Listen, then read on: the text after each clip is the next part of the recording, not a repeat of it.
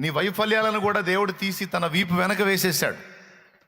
నీ పొరపాట్లు, నీ పాపాలు, నువ్వు ఒప్పుకున్న దోషాలు అన్నీ కూడా ఎప్పుడైతే ఒప్పుకున్నావు అప్పుడే అవన్నీ తీసి తన వీపు వెనక పడవేశాడు. అంటే అర్థం ఏంటంటే వాటికెళ్ళి నేను చూడను అని దేవుడు అంటే, నువ్వెందుకు పద్దాకలు వాటికెళ్ళి చూస్తున్నావు? అయిపోయింది కదా చరిత్ర. పొయ్యి మార్చగలవా? కానీ గడిచిపోయినటువంటి గతాన్ని నువ్వు మార్చలేవు, కానీ నీ ముందున్న భవిష్యత్తుని నువ్వు శాసించగలవు. కూడా మైండ్ సరిగ్గా ఉంటే మ్యాటర్ అర్థమైంది. గడిచిపోయిన గతంలోనికి వెళ్ళి గతాన్ని నువ్వు మార్చలేవు, కానీ నీ ముందున్నటువంటి భవిష్యత్తుని నీవు శాసించగలవు.